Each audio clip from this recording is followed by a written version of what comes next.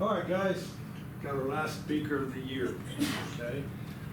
You know how this works, okay? Mr. Brad Luthe is gonna come talk to us.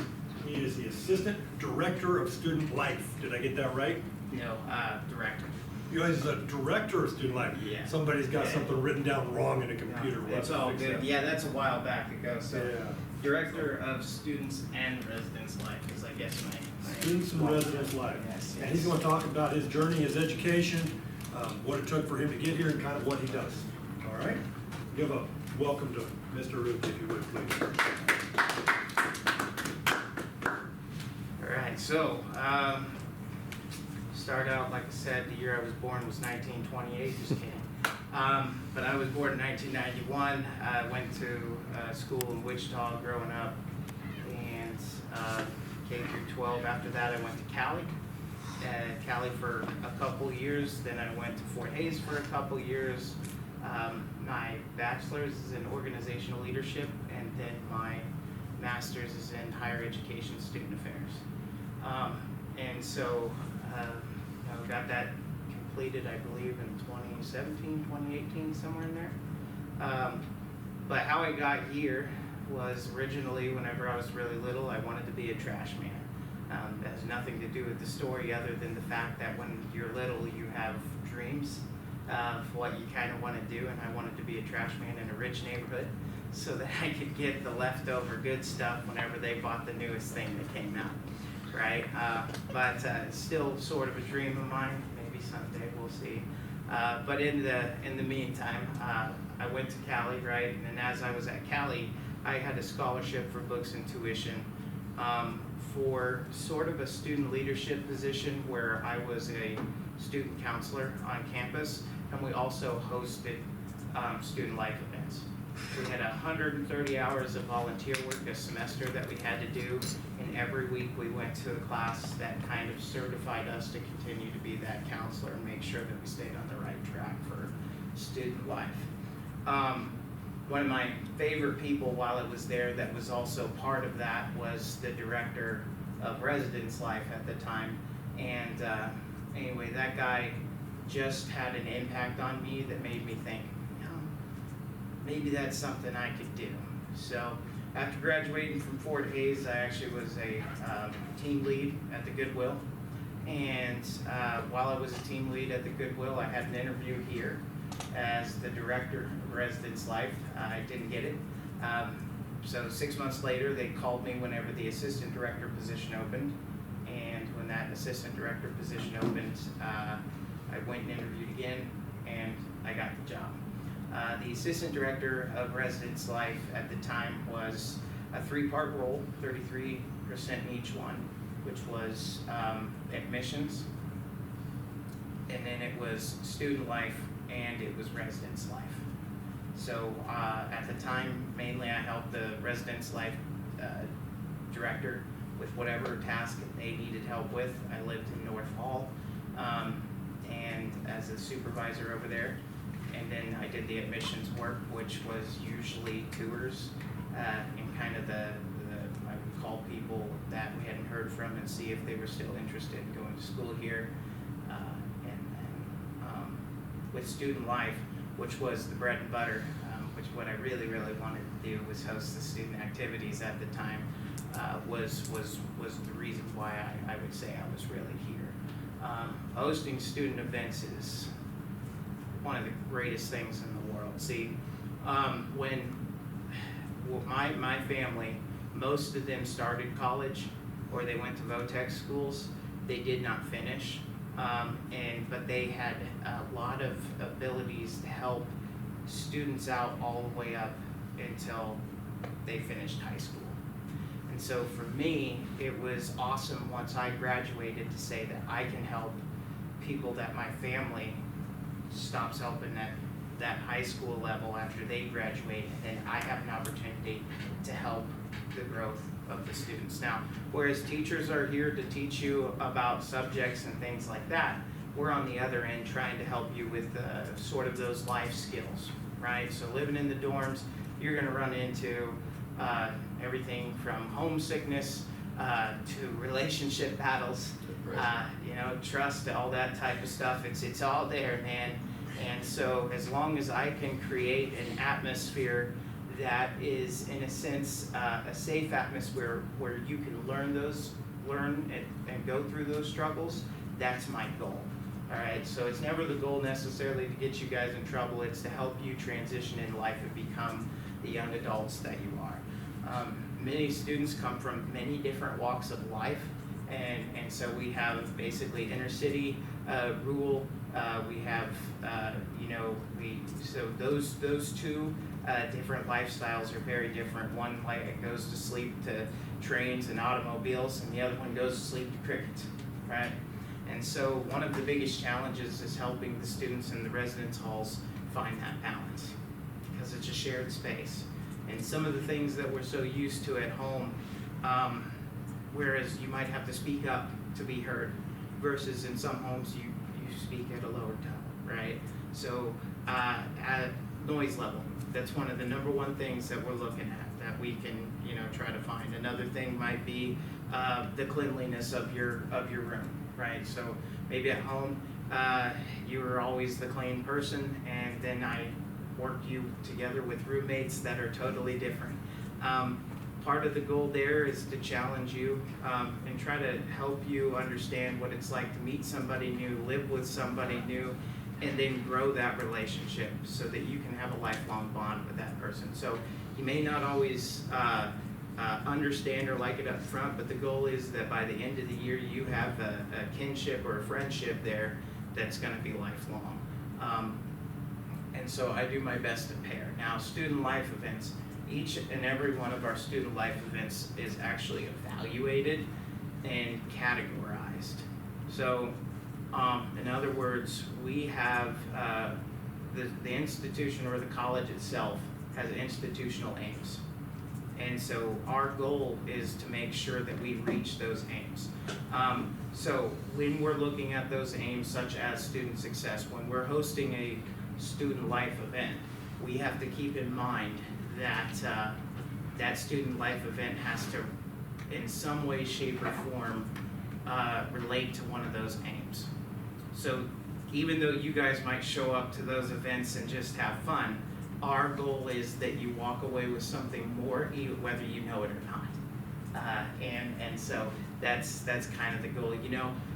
There is, this is one of those ones that can be a little touchy, but there's things that are like, there's no drugs at all, no drinking, no this, no that. But when we do water pong, what we try to do, those that showed up to that activity, was we make sure that students understand what each of those lines on those red Solo cups are, because we would rather teach safe drinking habits, because at the end of the day, it is your right, your ability to do what you want to do with life. So we would rather teach you how to be safe, and in a sense that is teaching kind of a safety security type aim, as well as to keep you in line with your student success, because the last thing we want you to do is overdo it.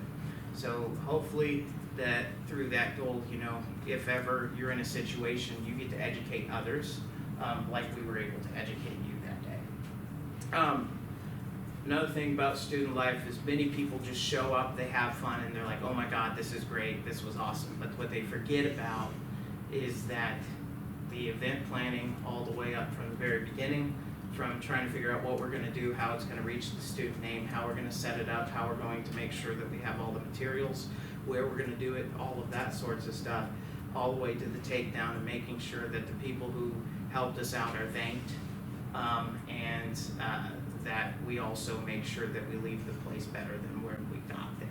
That's very important. And so a perfect example would be, I'll think about one of the bigger ones that we do. Student life slays Christmas is whenever you would go out to the park, ride on the tractor with the hay bales in the back, and Ralph would tell you jokes as you went around the park. And so we had to go everything from the train. We had to think about this. So how did this idea work? It's kind of funny. Is that it was like, hey, we need to create something new, we need to create something manageable, how do we do that? And I'm sitting down there with the assistant marketing director at the time, because my office used to be downstairs. Now, while I'm sitting down there and she's telling me, why don't we do this, this, this, and this, I'm like, you're joking, that's crazy, how the heck do we do that? At the same time, they were stubborn. And I like working with stubborn people because they're like, I'm not gonna give up, we're gonna do something here. And so I also in turn try to be that stubborn person on the other end in the same way and ask those difficult questions. So as we continued to discuss different things, and boy did I have a headache at the end of that conversation. What we originally came up with was, oh my gosh, there's Christmas at the park, and it's like, great, how am I supposed to get students there? Well, let them drive themselves. I'm like, well, they can already do that. What's gonna make them go at the same time with their friends and be able to do that? How can I motivate them to do that? And then it was like, well, what if we, got a tractor and a trailer with hay bales on it, right? And I'm like, hay wreck rides are fun, right? So like, if you have never been on one, which we probably have several students have not done that, it's a unique new experience that we would hope, even though it's cold outside, that you kind of huddle up and get to have fun while you're out there. So I said, why don't we start here with the tractor and the hay bales and then drive all the way over to Lemon Park and come back. I'm glad that was told, wait, whoa, tractors only go not very fast, especially with students on the back. There's no seat belts. We're going down main roads, though that is a possibility, and you will see it in sometimes in your life. It is not something we wanted to take the chance with as far as student safety. So the next question was, okay, so how do we get if we're gonna do it, how do we get that there? Who has it? So we thought, well, we've got vans and I've got a housing staff. So I said, well, I'll try to work with my housing staff, get their buy-in, and then some of them can drive and we can do that. So we said, well, where's the pickup location? Well, a good pickup location would be wherever we're gonna host the event. So it's like, where are we going to, not host the event, but where are we going to have a good chance of picking up the majority of students? Well, first of all, the activity's gotta be at night, right? So we're thinking about, okay, so it's gotta be at night, what time of year it is, and so the clock changes, make it to where, of course, it gets darker sooner, things like that. That's just the way the world goes round, right? We know that by the end of the calf hour, it's dark. We know that a lot of students will eat in the calf in the evening. So while we stand out there and we're waiting for the students to finish eating, we said, okay, well, we'll just do the pickup location there. So we said, okay, how can we grow it even more? Well, let's reach out to the cafeteria and see if they're willing to buy in. So we know that you guys are gonna be cold outside that night because it's typically cold in December or colder. And some of our students come from warmer climates where it's like, holy smokes, this is absolutely crazy. Also, bodies run at different temperatures. Some people think 66 is cold, some people think 66 is very comfortable, right? And so I've walked into cold rooms and I think it's extremely freezing whenever a room's set at 66 degrees. So point is that, we have to keep that in mind. So we thought, well, what about hot soup? Soup seems to sit in the belly just right, and if it's warm and it's good, and we get some different kinds of soups, because soup is a unique thing that there's a lot of people that don't like soup. So how do we get soup? Well, what about buffalo chicken soup? It's hard to beat buffalo chicken. What about like tortilla soup that has all the stuff that's in a taco? You put the tortilla chips in there. So we try to get some unique soup ideas from the CAF. The CAF does that, and then we go, whoa, still gonna be cold out there, what else can we do? And we said, hey, to the cafeteria, we said, hey, what about a hot cocoa bar? And they're like, yeah, we get marshmallows. Now I've got them buying into everything. So it works out really well if you can get the buy-in from other people. So now we've got hot soup and we've got hot cocoa that the students can take out there with them. Okay, so I've got the drivers for the vans, I've got the location for that, I've got the hot cocoa, I've got the soup. But how am I supposed to get a tractor and a trailer and hay bales for a reasonable amount of money, if not free? Well, now I've got to contact, okay, well, we do have an ag power department, right? So I reached out to Ralph, who I know has many different tractors that they would work on, right? So I said, well, we'll reach out to him and see if he is interested. And he was very interested. Not only that, he was ready to write a list along of jokes, you know, those dad jokes that we all just love, you know. And he had a whole bunch of them. So I thought, oh boy, now I got to get a speaker for this event on a trailer. So now I had to add that to the list, but I wanted to make sure that I did that for him because there was so much buy-in, right? So he was able to get the tractor, the trailer, the hay bales, didn't charge a thing. And what was really cool is the first year that we did this, we got out there, and there were a lot of community members that noticed this was happening. Because Lemon Park is pretty popular, and at night if you're bored and there's nothing else to do, you go out there and you ride around the park and you kind of look at the lights, especially at Christmas time. And so the community noticed it. They liked it so much that Ralph was actually invited by a community group to do it again after the fact. So that was really, really neat. We kind of grew and we helped kind of the town in certain ways. So you never know how you're going to impact at the same time. But you can see how that event went. Now the first year that we did it, we stop and then we reflect and we say, okay, what did we mess up on?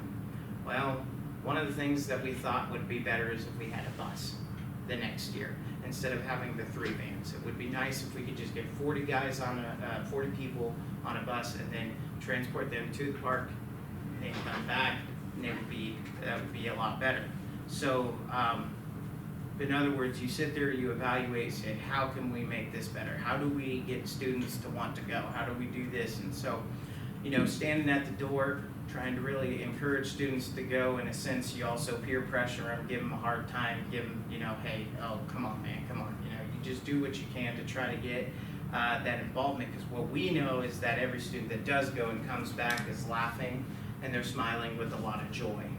And sometimes it can be really hard pulling teeth to get people to do those fun things. The last thing we want is, YOLO, you only live once, right? Or, you know, fear of missing out is another one. That's FOMO or something like that. We don't want anybody to have FOMO, but FOMO can be a great motivator for the next year and go, oh my gosh, I should have gone. So we made sure marketing was out there the next time, got some pictures so that we could show it off and say, man, I want to be part of that event. And then next year, what was funny is we got that bus, right? And but it was interesting because the first year we realized that none of the drivers drove the same route, and that was inefficient. So we thought, well, if we get a bus, then obviously everybody's going to go the same route. Well, what we didn't know is that the bus driver had multiple different routes that he was going to take for each trip. And so we did find it was interesting because one of those routes he was able to manage to fit the bus down an alleyway, and that is skill.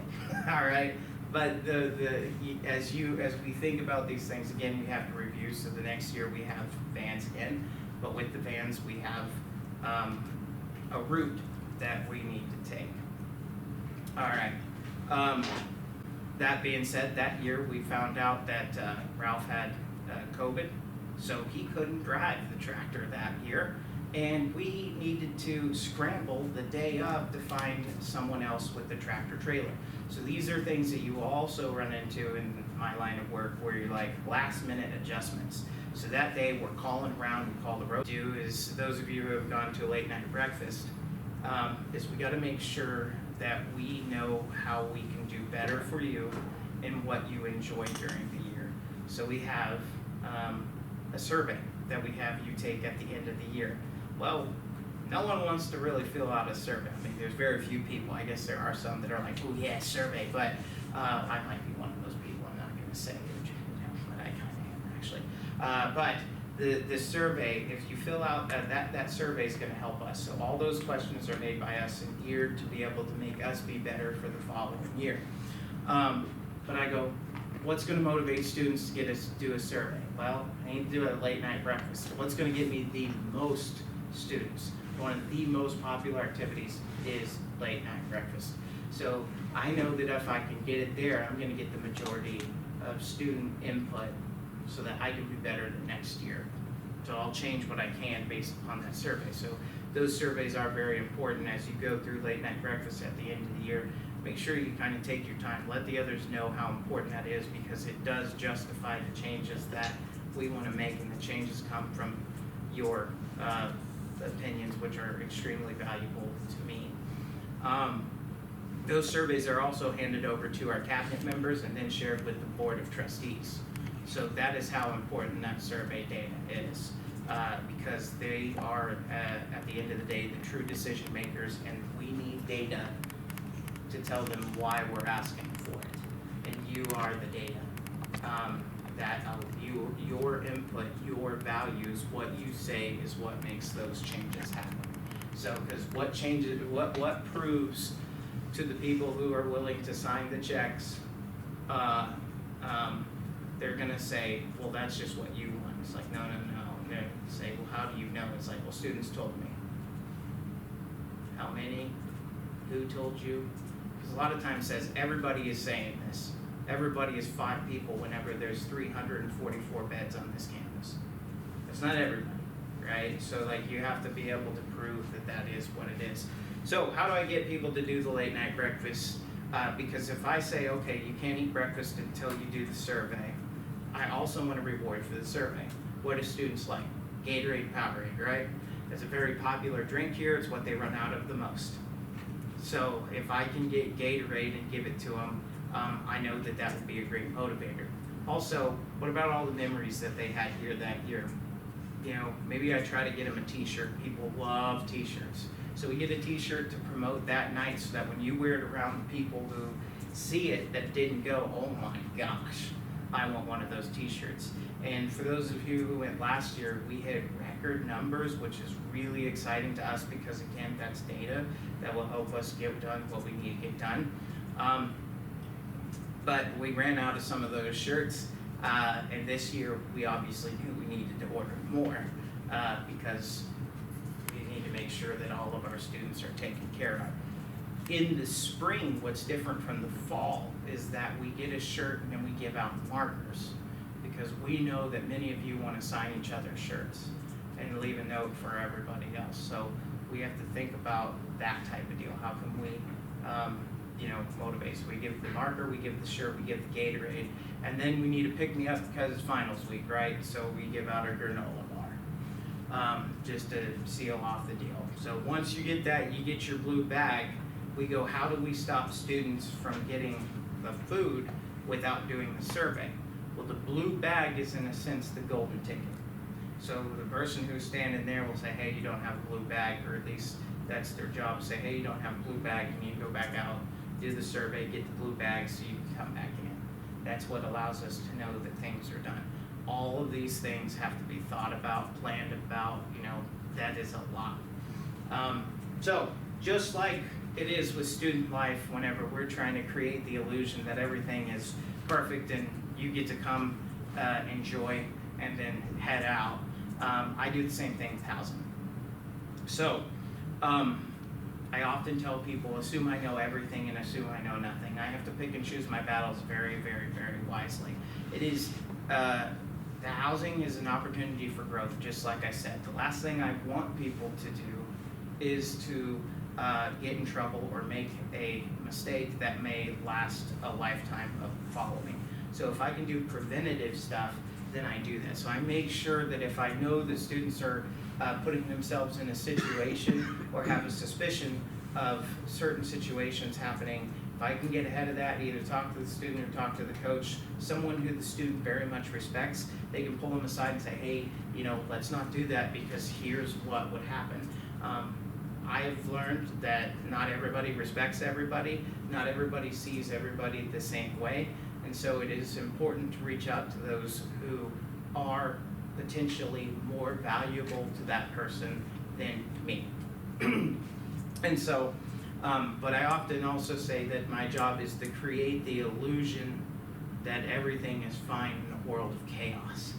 Because I know that with all of the students that live in the dorms, there's so much that you guys do know that, again, maybe I know or maybe I don't, but I'm allowing the opportunity for growth. But if I know something illegal, I do have to address it most of the time.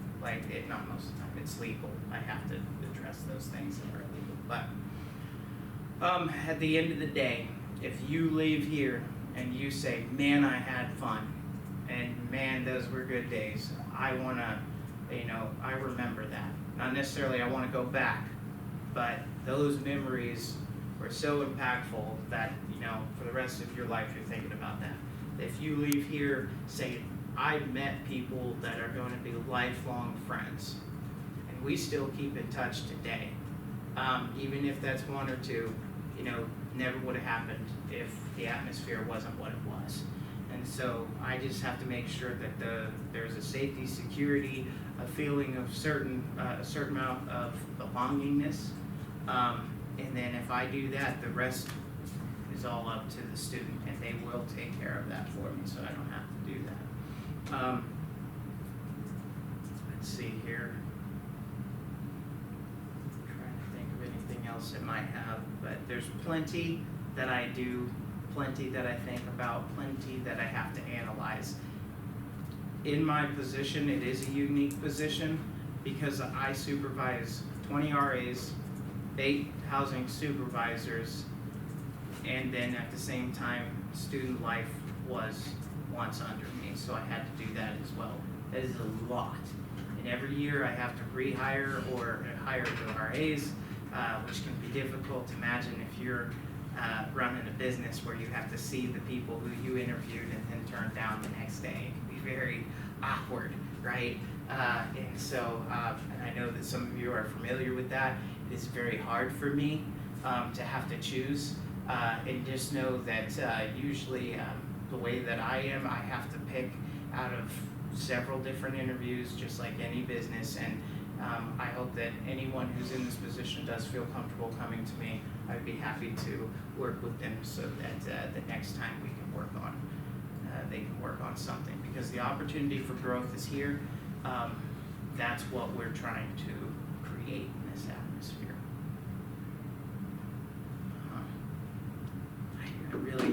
I know I have 1,000 other things to say, but I think Maybe let them lead you in one. You guys got Any some questions for me? I just wanted to know, what was the craziest story that has happened in the dorm since you've been here? Some of those stories are not repeatable. I will say this: there are extremely unique people that do come from different walks of life, and I would say one of the most challenging things is working with those that are truly unique. And I think that through life you might have met somebody who you're like, whoa, that person is a lot, and it's my job again to make sure that they also feel welcome too. My least favorite thing is dismissing students that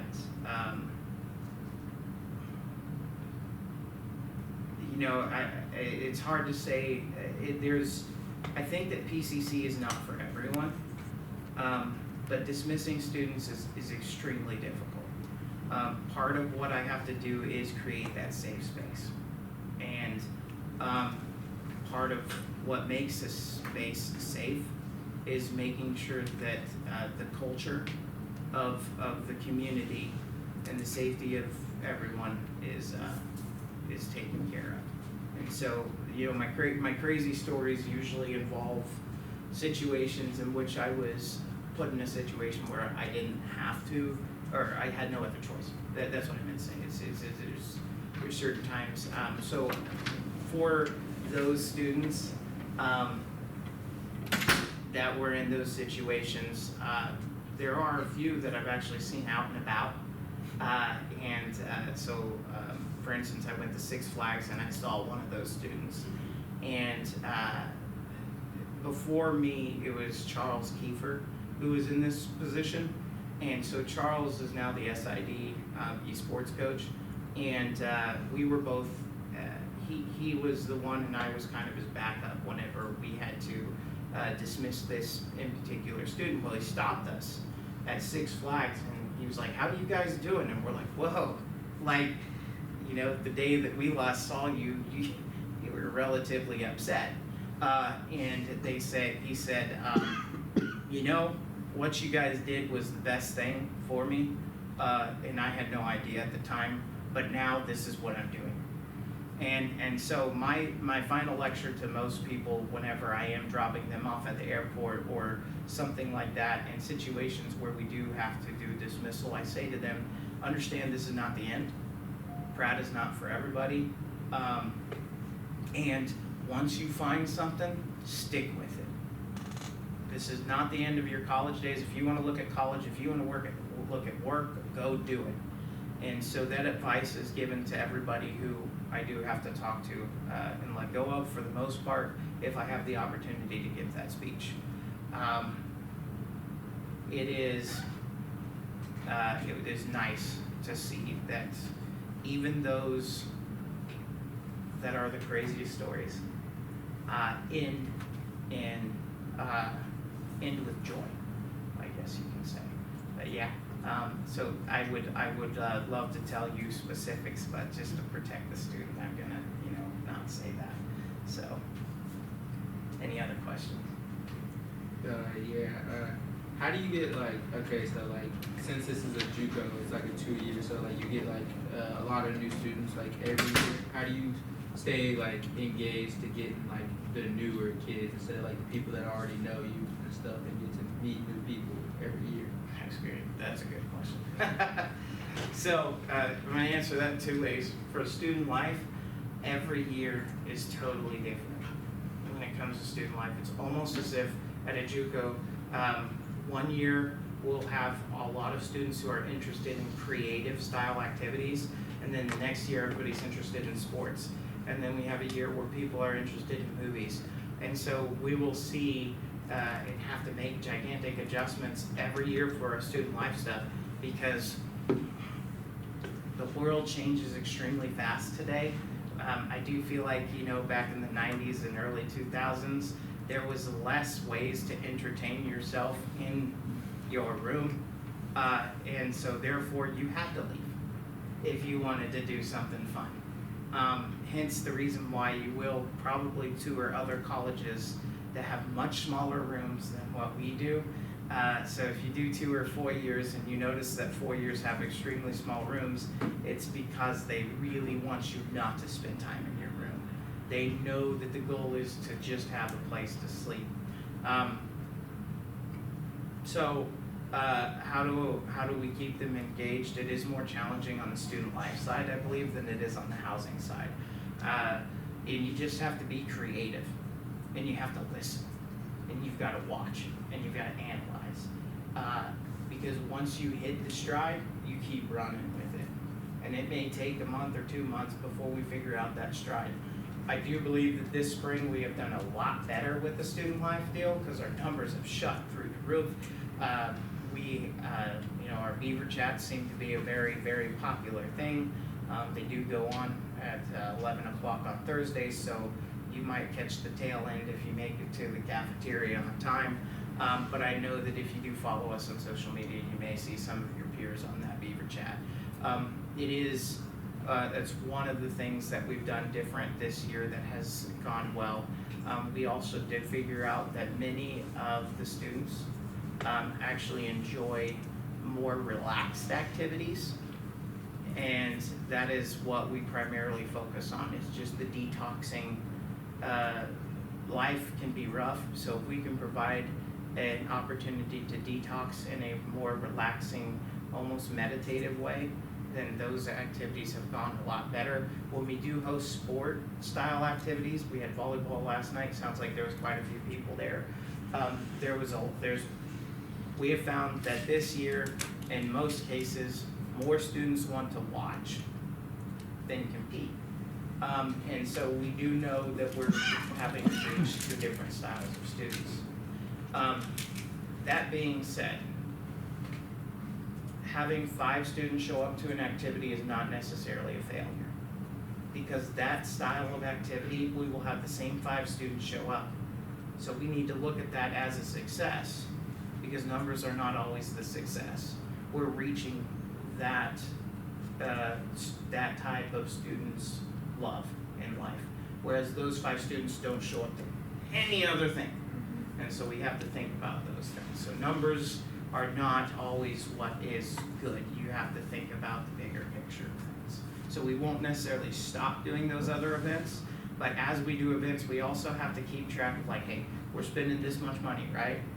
If we're spending this much money, how much is it per head of the student? Because at the end of the day, your dollars are what's allowing us to do these activities. So we do want to make sure that we reach everyone, which is why we need to still do those ones that we have 5 students, but we also need to do the ones that reach multiple students, right? So that's kind of how we do that. So we're very, very aware of what we're doing for you and giving back. That's important. Now, the housing side, RAs greet you the day that you get here. The RAs are usually the liaison, and that means they're my in-between. I teach them to make sure that they, in a sense, can provide the structure and also make you feel welcome. I am consistent. You will see me. That's important, is being seen. How do you get, and you wave and you smile, and it's genuine. Be genuine.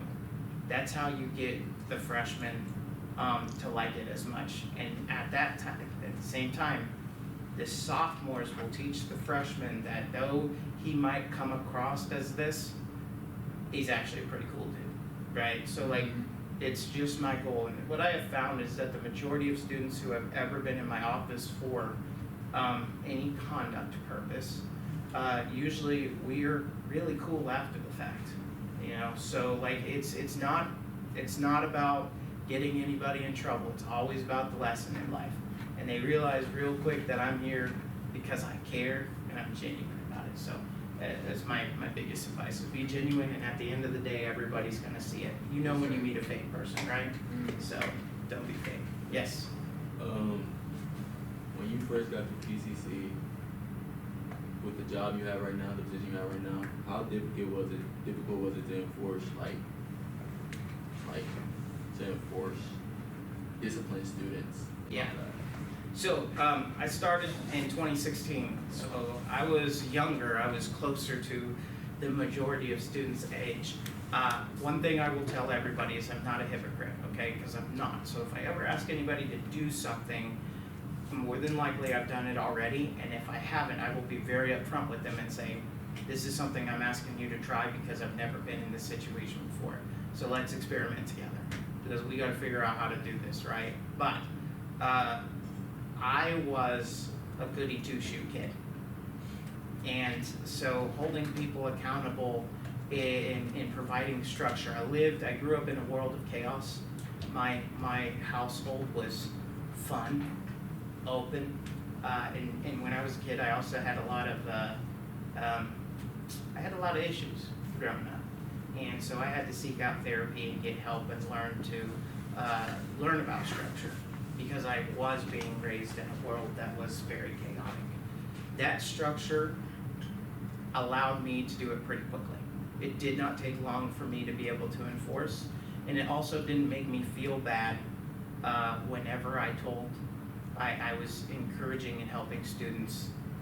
So if I ever had to discipline in any way, shape, or form, which we often call it conduct, but whenever I'm doing that, I know that we all make mistakes due to my childhood.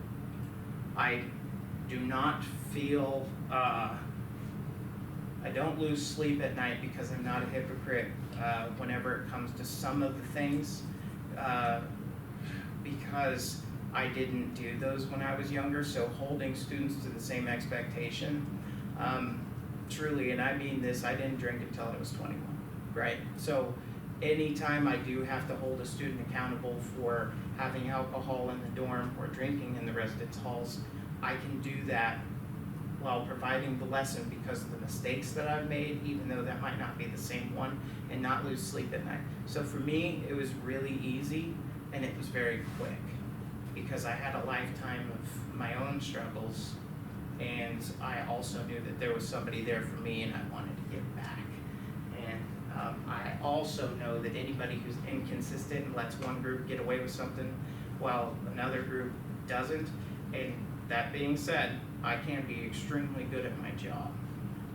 In other words, when I meet with the student, it's not about, no one else needs to know that that student and I had a meeting. That's between me and them. And so if anything is said about it, it's said by other people. Perfect example, I, at one year, and it was truly a very interesting year, had a stack of conduct letters that thick. All right? That same year, a student stopped me at the end of the year, and he was asking me a couple questions, and he asked something that was similar. Nothing ever happens here. No one ever gets in trouble. This is one of the best places ever. And I'm like, whoa, really? You know, he probably hung out with a group that did not do that. It is harder in today's society because of social media, and people do like to speak about what's going on.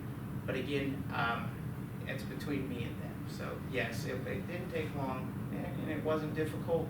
And I'm not saying I'm better than anybody else, because if I told you some of the things that I did when I was a kid, it's much worse than any alcohol violation.